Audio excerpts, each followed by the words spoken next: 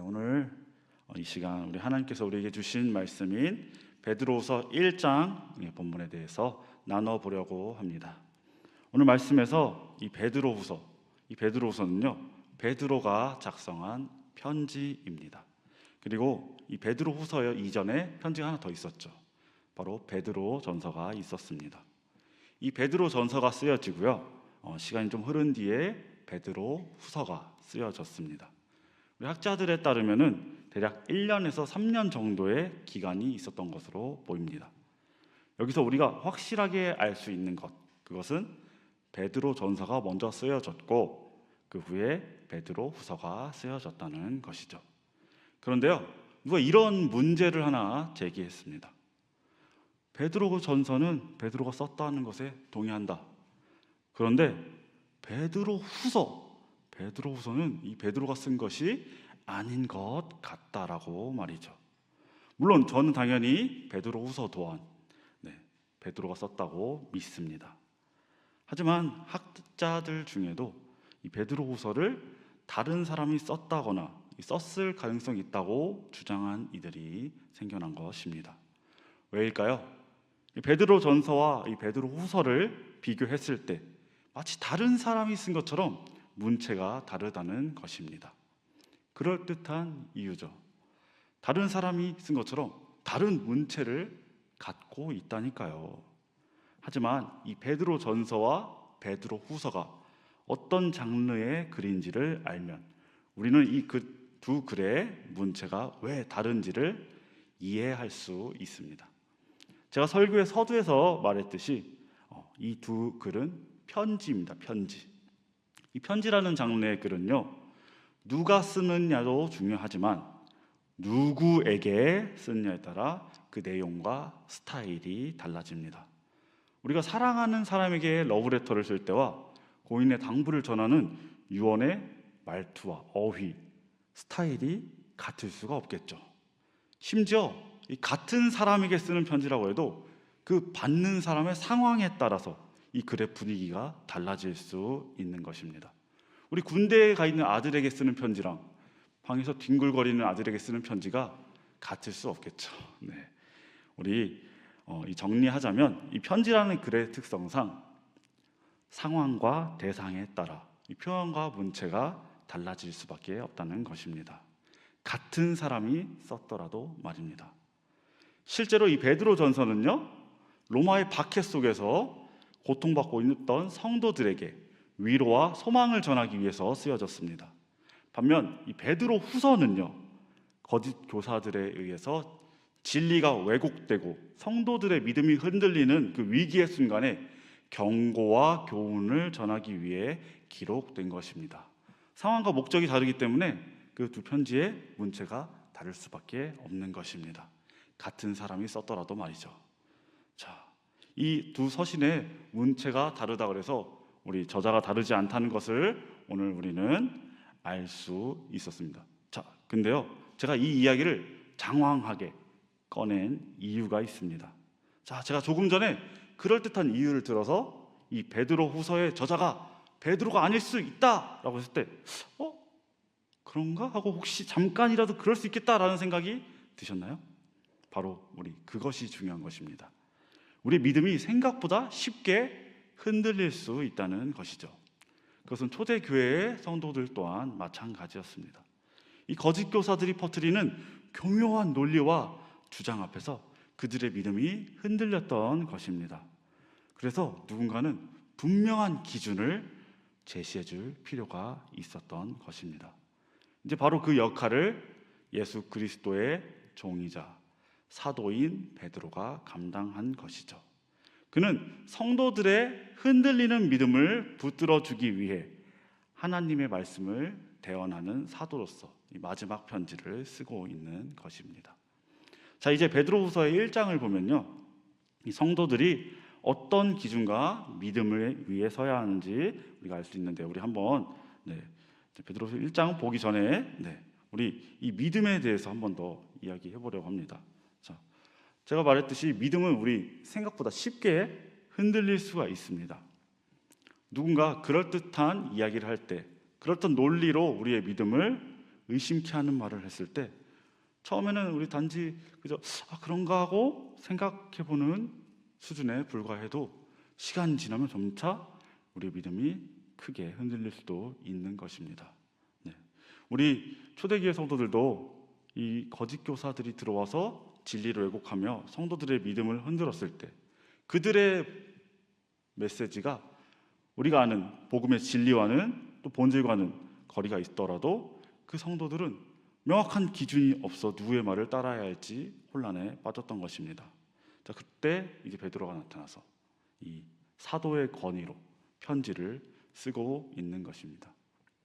그는 단지 내 생각에 하나님은 이렇게 말씀하신 것 같아 라는 수준에서 글을 쓴 것이 아닙니다.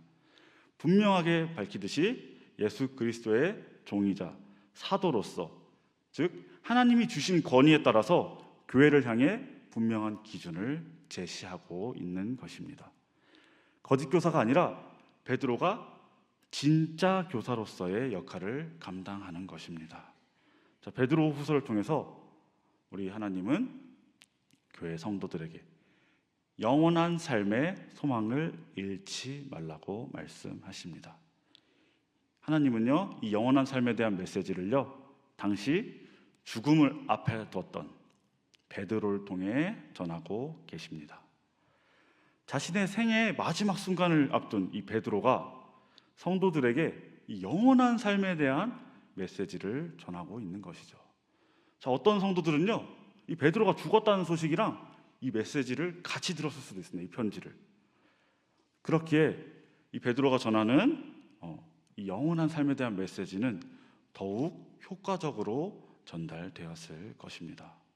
자, 그런데요, 이 영원한 삶에 대한 메시지가 이 초대교회 성도들에게 왜 중요했을까요? 그들은요, 예수님이 다시 오실 것을 간절히 기다리고 있었습니다. 그런데요, 아무리 시간이 지나도 그 예수님 다시 오신다는 약속이 이루어지지 않는 거예요. 예수님 곧 오신다고 했는데 왜 안 오시지? 하는 이제 의문이 생기기 시작한 겁니다. 하지만 오늘의 이 영원한 삶에 대한 메시지에 그 해답이 있습니다. 예수님은요, 늦게 오시는 것이 아닙니다. 단지 우리의 시간 감각과 하나님의 시간 감각이 다르기 때문이라는 것이죠. 자, 예를 들어 우리 100년을 사는 사람의 50년은 인생의 반일 정도로 긴 시간에 해당합니다. 하지만 우리 100만 년을 사는 사람, 100만 년을 사는 사람이 있지는 않겠지만은 있다면은 100만 년을 사는 존재에게 50년 짧은 시간일까요? 짧은 시간이 아닐 것입니다. 자, 하물며 우리 영원을 사는 존재, 영원을 사는 존재에게 50년이 과연 긴 시간일까요? 그저 찰나에 불과할 것입니다. 우리가 믿는 하나님은요, 영원하신 분이십니다. 그렇기에 하나님의 시간 감각은 인간의 것과는 전혀 다릅니다. 하나님이 곧 오겠다라고 하신 말씀은 인간의 시간 단위로는 재단할 수 없는 선언인 것입니다. 그렇게 예수님이 다시 오신다라고 하셨을 때 우리는요, 그것을 달력에 체크하면서 언제 오나 기다리는 것이 아닙니다. 우리는 그저 믿음으로 기다려야 하는 것입니다. 자, 근데 여기서 이런 의문이 하나 들 수 있습니다. 예수님, 우리가 알아듣기 쉽게 그럼 언제 온다고 이야기하면 되지 왜 헷갈리게 곧 오신다고 하신 걸까요? 자, 그래서 하나님이 오늘 우리에게 알려주고 계신 거예요. 나는 너희에게 영원한 삶을 줬단다. 나를 믿는 너네는 이미 영원을 살아가는 존재란다 라고요. 하나님께서 이미 우리에게 영생을 주셨기에 우리 또한 이제 그분의 시간 속에서 살아가고 있는 것입니다. 자, 그러므로 이제 초대교회 성도들은요, 왜 아직도 예수님이 오시지 않냐라며 흔들릴 이유가 없습니다. 오늘날의 우리 또한 믿었는데 왜 삶이 나아지지 않지? 왜 하나님의 약속이 이루어지는 것 같지 않지? 이런 조급함에서 벗어날 수 있는 것입니다. 왜냐하면 이제 우리는 영원히 살아갈 존재이기 때문입니다. 자, 임종을 앞둔 베드로는요, 이 죽음을 앞둔 사람답게 이 영혼에 대한 고찰을 많이 했을 겁니다. 이 영혼에 대한 감각을 가진 사람답게 이 시간의 다름과 믿음의 인내에 대해서 오늘 우리 초대교회 성도들에게 교훈하고 있는 것이죠. 그는요, 자신이 죽음을 앞두고 있지만 이 죽음이 끝이 아니라는 것을 알고 있었습니다. 오히려 이 영원한 삶을 향한 새로운 시작이라고도 볼 수 있었기에 그는 그저 평안한 마음으로 이 편지를 썼을 것입니다. 그리고 그 편지를 읽는 성도들 또한 자신들에게 주어진 이 영원한 생명, 그것을 깨닫고 우리 흔들리는 믿음을 바로 세우게 되는 것이죠. 이것이 바로 베드로가 진짜 교사로서 전하고자 한 핵심 메시지일 것입니다. 초대 교회 성도들이 이 베드로후서 이 편지를 통해서 자신들의 신앙을 돌아보고 또 예수님이 안 오신다는 조급함에서 벗어나 이제 다시 평안을 회복하게 되었을 것입니다. 우리가 조급하고 자꾸 믿음이 흔들리면요, 이전의 죄인의 모습으로 돌아가게 됩니다. 그런 모습을 깨달을 수 있도록 우리는요, 말씀을 통해서 다시 믿음을 붙잡는 것이 필요한 것입니다. 또한 이제 우리는요, 영혼을 살아가는 존재예요. 이 영혼의 시간에 대한 이 시간 감각을 회복해야 됩니다. 이것은 오늘을 사는 우리에게도 동일하게 분명 적용되는 말씀이 있는 것입니다. 우리가 신앙생활을 하며 갖는 의문들, 우리의 조급함들, 왜 응답이 없지? 내 삶이 변하지 않지? 왜 주님은 침묵하시는 것 같지? 이러한 질문들에 우리는요, 조급함으로 반응할 필요 없습니다. 우리는 이제 영혼의 시선으로 바라보고 충분히 인내할 수 있는 것입니다. 우리 모두 영혼을 살아가는 존재라는 것을 분명히 기억하고 믿으시길 바랍니다. 하나님은요, 우리에게 하신 약속을 반드시 지키시는 분이십니다. 그 믿음으로 인내하시길 바랍니다. 우리 그 약속을 믿으며 오늘 하루도 우리 영원한 존재답게 신실하게 살아가기를 간절히 소망합니다. 자, 이제 본론으로 들어갈 겁니다. 네. 자, 우리 베드로후서 우리 성경을 같이 한번 보면 좋을 것 같은데요. 있으신 분들은 성경을 봐주시고 없으신 분들에게는 제가 대신하여 읽도록 하겠습니다. 우리 본문 1절의 앞부분을 좀 더 우리 깊이 한번 들여다보려고 합니다. 이 베드로의 서신, 편지에서 이 서두는 인사말인데요. 이 인사말에 또한 이 베드로의 신학적인 내용이 분명히 담아 있기에 우리가 깊게 볼 필요가 있습니다. 1절 상반절을 제가 읽도록 하겠습니다. 예수 그리스도의 종이며 사도인 시몬 베드로는, 자, 베드로가 자신을 예수 그리스도의 종이며 사도라고 소개합니다. 이 종이라는 표현은 단순한 그냥 일하는 사람이 아니라 이 자신의 정체성을 가장 낮은 곳에서의 정체성으로 고백하는 이 신앙 고백이라고도 볼 수 있습니다. 또한 베드로는요, 본인이 사도라고 밝힙니다.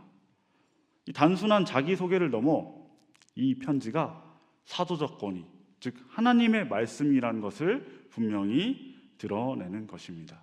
이 편지는요, 사도적 권위가 있다라는 것입니다. 네. 그렇기에 베드로의 이 짧은 인사말 속에도 중요한 의미가 포함되어 있는 것입니다. 이 말씀이 단순히 베드로 자신의 그냥 삶의 경험에서 나오는 그냥 교훈이 아니라 하나님이 우리 교회를 통해 교회를 위해 주신 계시의 말씀이라는 것을 분명하게 하고 있는 것입니다. 1절 하반절을 제가 읽도록 하겠습니다. 우리 하나님과 구주 예수 그리스도의 의를 힘입어 동일하게 보배로운 믿음을 우리와 함께 받은 자들에게 편지하노니. 자, 여기서 베드로는요, 이 서신을 받는, 이 편지를 받는 이 수신자들을 동일하게 보배로운 믿음을 받은 자들이라고 부릅니다. 우리 사도라고 뭐 특별하게 다르게 태어난 사람 아닙니다. 베드로 또한 예수님 3번 부인하실 정도로 연약한 모습이 있었던 사람입니다. 그렇기에 베드로는요, 우리가 하나님 안에서 같은 하나님을 믿는 하나의 공교회로서 우리는 하나 된 교회라는 것을 여기서 밝히고 있는 것입니다. 믿음은 누구에게나 동일하게 주어졌고 영생 또한 동일하게 누구에게나 주어진 것입니다. 우리는 그저 그리스도의 의에 힘입어 그 모든 것을 선물로 받은 것뿐입니다. 이 짧은 이 인사말 속에도 이 베드로의 신학이 녹아 있는 것을 우리는 분명히 알 수 있습니다. 이어서 2절을 한번 함께 보길 원합니다. 2절, 2절 말씀 제가 읽도록 하겠습니다. 하나님과 우리 주 예수를 알므로 은혜와 평강이 너희에게 더욱 많을지어다. 아멘. 네. 2절은 뭔가 되게 좋은 인사말이죠. 네. 하지만 이 좋은 인사말에도 분명히 신학적인 메시지가 담겨져 있습니다. 베드로는요, 하나님과 주 예수를 알므로라고 인사합니다. 네. 하나님과 주 예수를 알므로 은혜와 평강이 더욱 풍성해지기를 기도하고 있는 것입니다. 여기서 이 알이라는 건요, 단순히 이 지식적인 이해가 아닙니다. 네. 하나님은 그냥 지식적으로 아는 것을 말하는 것이 아니에요. 여기에는요, 하나님과의 인격적인 교제를 통해 하나님을 알아가는 것 또한 포함하는 알입니다. 네. 우리가 말씀을 통해서, 하나님 주신 말씀을 통해서 하나님을 분명히 바르게 알아야 합니다. 하지만 한편 삶 속에서 실제로 하나님과 동행함으로, 교제함으로 하나님을 더 깊이 알아가는 것 또한 중요하다는 것입니다. 그렇게 했을 때 우리 삶에서, 우리 안에서 참된 은혜와 평강이 우리의 안에서 풍성하게 넘쳐난다는 것입니다. 우리 거짓 교사들이 이 초대교회 성도들을 그들이 아는 지식으로, 좀 교묘한 논리로 유혹하고 미혹했습니다. 하지만 참된 은혜는요, 참된 은혜는 하나님을 올바르게 아는 지식에서 옵니다. 참된 평강은요, 그 올바르게 안 지식을요, 삶 속에서 실천할 때 우리에게 주어지는 것입니다.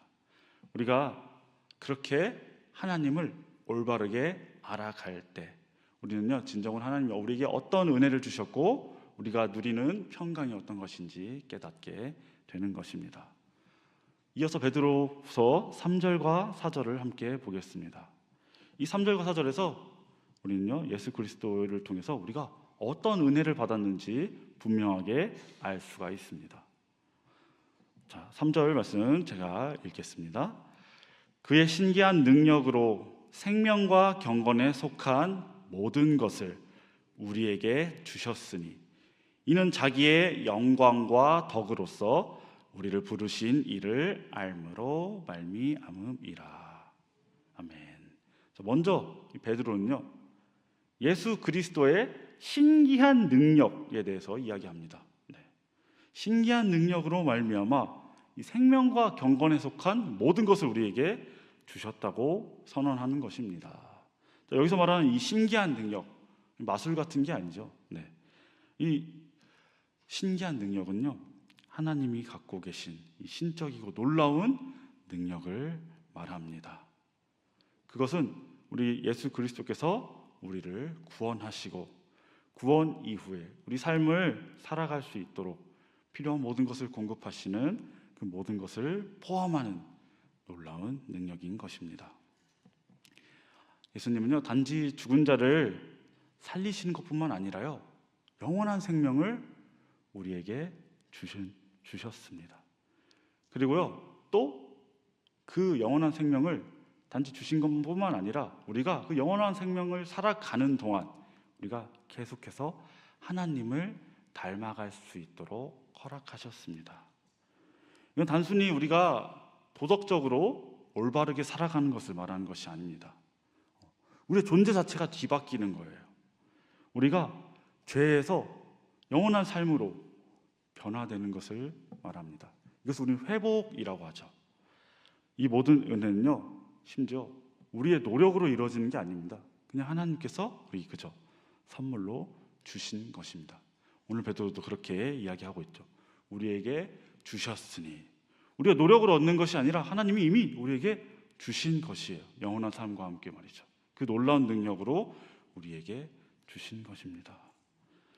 그래서 우리가 하나님을 알고 믿기 시작하는 건요, 영원한 삶의 시작이자 우리가 하나님을 닮아가는 것의 시작인 것입니다. 우리의 진정한 경건한 삶은요, 우리 힘으로 이루어지는 것이 아니라 하나님께서 도와주셔야지 가능한 것입니다. 우리 하나님께 더욱 매달려서 하나님 닮아가는 우리가 되기를 소망합니다. 우리가 하나님을 알아갈 때 우리는요, 하나님을 더욱 닮아갈 수 있습니다. 단순한 지식뿐만 아니라 하나님과 인격적인 교제를 포함하는 알미입니다. 우리 한번 4절 한번 함께 보도록 하겠습니다. 제가 읽겠습니다. 이로써 그 보배롭고 지극히 큰 약속을 우리에게 주사 이 약속으로 말미암아 너희가 정욕 때문에 세상에서 썩어질 것을 피하여 신성한 성품에 참여하는 자가 되게 하려 하셨느니라. 아멘. 이어서 4절에서 베드로는 하나님께서 보배롭고 큰 약속을 우리에게 주셨다고 합니다. 이 약속이 단순의 위로의 말씀이 아닙니다. 우리가 정욕 때문에 세상에서 썩어질 것을 피해서 이제 신성한 성품에 참여하는 자가 되게 하려 하신다는 것입니다. 여기서 저는 창세기의 언어가 떠올랐습니다. 하나님이요, 인간을요, 하나님의 형상으로 창조하셨습니다. 하지만 죄로 인해서 그 형상이 훼손되었죠. 그러나 예수 그리스도를 통해서 하나님은 우리를 다시 회복시키십니다.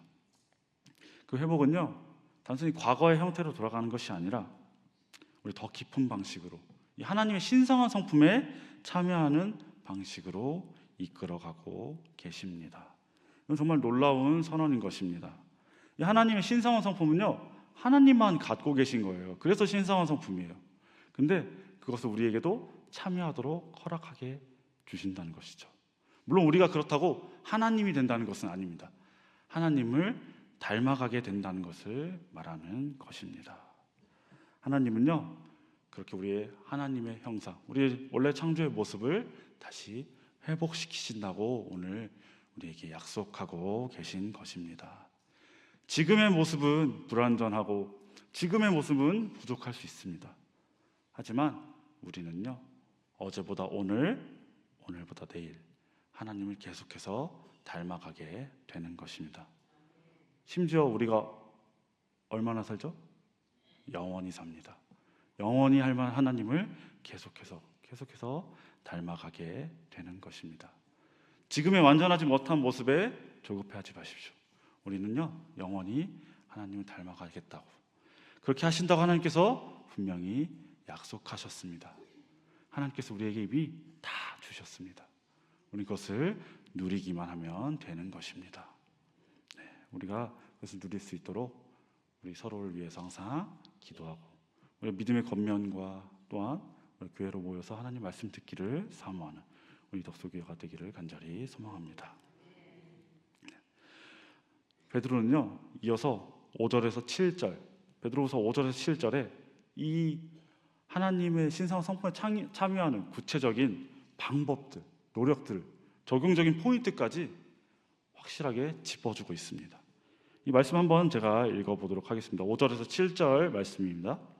그러므로 너희가 더욱 힘써 너희 믿음의 덕의 지식의 절제의 인내의 경건의 형제 우애의 사랑을 더하라. 여기서 5절에서 더욱 힘써, 이것이 핵심입니다. 하나님이 모든 것을 다 주셨다고 해서 우리가 아무것도 하지 않아도 된다는 것이 아닙니다. 그분이 주신 그것은 분명 선물이고 은혜로 시작되지만 그 은혜에 응답하는 노력이 반드시 동반되어야 한다는 것이죠. 자, 그래서 베드로가 이 8가지 덕목에 대해서 연속적으로 이야기를 하는데요. 자, 이 덕목들은요, 각각의 독립된 우리 덕목이라기보다는 우리 사슬처럼 이어지는 그런 덕목이라고 이해할 수 있습니다. 이 덕목을 표현한 단어들이 우리가 익숙한 도덕책에 나올 것 같은 단어라고 해서 우리가 단순히 이것을 도덕적인 성품으로 이해해서는 안 됩니다. 우리는 분명히 하나님의 주신 말씀이기 때문에 그 하나님의 관점 안에서 렌즈를 끼고 봐야 합니다.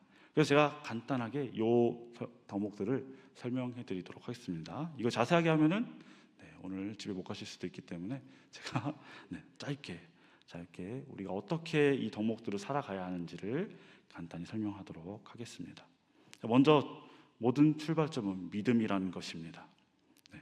우리 베드로가 더욱 힘써 너희 믿음의 덕을 할 때 믿음을 먼저 이야기하는 것이죠. 우리가요, 결국에는 믿음이 모든 것의 시작이라는 것을 이야기하고 있습니다. 하나님을 알아가고 하나님의 성품에 참여하고 우리가 변해가는 것이요, 그 하나님을 믿지 않으면요 다 거짓된 것입니다. 그렇게 우리는 먼저 하나님의 믿음에서 하나님 믿음으로 모든 것이 시작된 것입니다. 우리는 그것을 분명히 알아야 합니다. 또한 이 믿음은요 그냥 가만히 냅두는 게 아니에요. 이 믿음을 위해서 더욱 힘써야 한다고 베드로가 이야기하고 있습니다. 이어서 덕에 대해서 이야기합니다. 이 도덕할 때 덕이죠. 네. 근데요, 여기서 말하는 덕은요, 도덕적 성품을 말하는 게 아니에요. 하나님을 닮아가려는 우리의 의지, 노력의 태도를 말하는 것입니다. 계속해서 우리가 영원히 살아가면서 끝까지 하나님을 닮아가겠다는 그러한 자세를 덕이라는 말로 표현하는 것입니다. 단순히 착하게 사는 게 아니에요. 우리에게 착한 것은요, 우리 기준에 착한 것이지 하나님 보시기엔 착한 것이 아닐 수 있습니다. 우리는요, 절대적인 기준인 하나님을 본받고 닮아가려는 자세를 가져야 합니다. 네, 우리 다음으로 힘써야 될 것은요, 우리 지식입니다. 그러면 이제 성경적인 지식을 우리가 많이 알아야 되겠구나. 물론 당연합니다. 하지만요, 제가 아까 말했던 제가 말했던 하나님을 알아가는 것은요, 우리 하나님을 아는 단순한 지식을 넘어 우리 하나님과 교제를 통해 알아가는 것 또한 포함하는 것입니다. 네. 우리가 그런 하나님을 알아가는 시간을 사모하게 되기를 간절히 소망합니다. 네. 우리 나와서 또 절제가 있습니다. 네 번째 절제가 있는데, 여기서 절제는요, 우리가 생각하는 욕구를 없애버리는 그런 절제를 말하는 것이 아닙니다. 여기서 말하는 절제는 하나님만 욕망하겠다는 겁니다. 내가 하나님만 사랑하겠다는 겁니다. 하나님만 사랑하기 위해서 다른 것들을 포기하겠다는 겁니다. 그렇기에 이 절제는요, 나의 모든 욕구를 내려놓는 것이 아니라 내 모든 욕구가 하나님께로만 향하게 조절하는 절제를 말하는 것입니다. 그렇게 우리는요, 모든 것을 할 때 하나님을 사랑하는 마음으로 하십시오. 우리의 욕망을 막 억누르고 아무것도 안 하려고 무기력하게 있는 것이 아니라 우리 하고 싶은 것을 마음껏 하되 대신 그 하는 것을 하나님을 사랑하는 마음으로 하는 것입니다. 그것이 바로 우리에게 주어진 절제입니다. 다음으로는 인내입니다. 인내는요, 우리가 아는 그러한 인내죠. 네. 우리가 믿음을 지킬 때, 이 신앙생활을 할 때 정말 필요한 것이 인내입니다. 믿음을 끝까지 지킬 수 있도록 우리 인내하는 것이 필요한 것입니다. 많은 유혹들, 많은 실패들, 우리를 좌절하게 하는 것들이 우리를 기다리고 있습니다. 하지만요, 우리는요, 인내함으로 우리의 믿음을 지켜야 하는 것입니다. 우리는요, 넘어지더라도 다시 일어나서 걸을 수 있는 용기가 필요합니다. 왜냐하면 우리는 영원히 살아가는 존재들이기 때문이죠. 우리 믿음을 짧은 순간의 고통으로 포기할 수는 없는 것입니다. 우리 끝까지 믿음을 함께 지켜서 우리 그 끝날에 우리 함께하는 우리 모든 성도들이 되기를 간절히 소망합니다. 자, 여기 경건이 나옵니다. 이제 6번째 경건입니다. 네. 이것은 이제 뭐 우리가 생각하는 예배 잘 나오고, 네, 우리 교회 안에서 바르게 살고 이런 경건을 말하는 것이 아닙니다. 우리 하나님을 경외하는 태도를 말하는 것입니다. 우리 삶의 중심, 나의 방향, 내가 살아가는 삶의 방향이 오직 하나님께로만 향하는 삶, 그런 삶의 방향성을 말하는 경건입니다. 우리가 하나님이 주신 믿음을 붙들고 끝까지 하나님께로 향하는 그런 일관된 삶을 우리 경건한 삶이라고 할 수 있겠습니다. 자, 그럼 마지막으로 네. 우리 형제 우애와 사랑이 남았습니다. 네. 여기서 보면은 형제 우애와 사랑을 더하라라고 합니다. 언뜻 보면은 이 형제 우애랑 사랑은 같은 말로 보입니다. 하지만 분명히 다르게 쓰인 단어라는 것을 우리 성경을 통해서 알 수 있습니다. 형제 우애는요, 우리 교회 사랑을 이야기하는 것입니다. 내적인 사랑인 것이죠. 우리 공동체 안에서의 사랑, 우리 하나님과 또 그리스도를 안에서 우리 연합한 우리 연합체로서의 사랑을 말하는 것입니다. 우리는요, 그렇게 교회로서 서로를 사랑해야 한다고, 그것을 더욱 힘써야 한다고 오늘 말씀에서 이야기하고 있습니다. 그리고요, 나아가서 우리는요, 사랑을 해야 합니다. 이 사랑은요, 이웃 사랑을 말하는 거예요. 하나님이 우리를 사랑하셨듯이 우리 또한 다른 사람들을 사랑하여 하나님의 복음을 전하고 하나님의 사랑을 전해야 한다는 것을 말하는 것입니다. 우리의 사랑은요, 하나님 우리에게 주신 사랑은 우리 교회 안쪽으로만 향하는 것이 아닙니다. 우리 교회 밖으로도 향해야 한다고 이야기하는 것이죠. 그래서요, 여기서 형제 우애 그리고 사랑이 나오는 것입니다.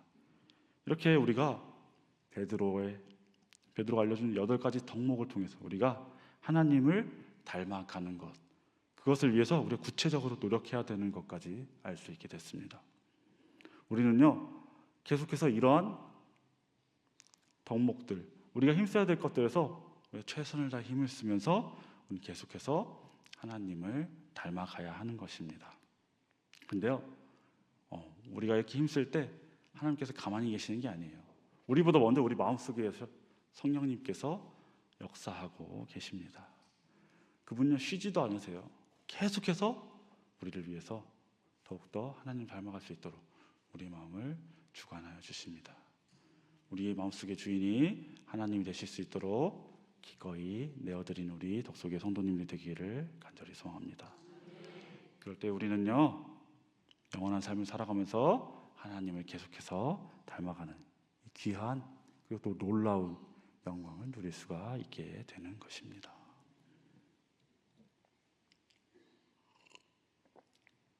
네, 이제 말씀을 맺으려고 합니다.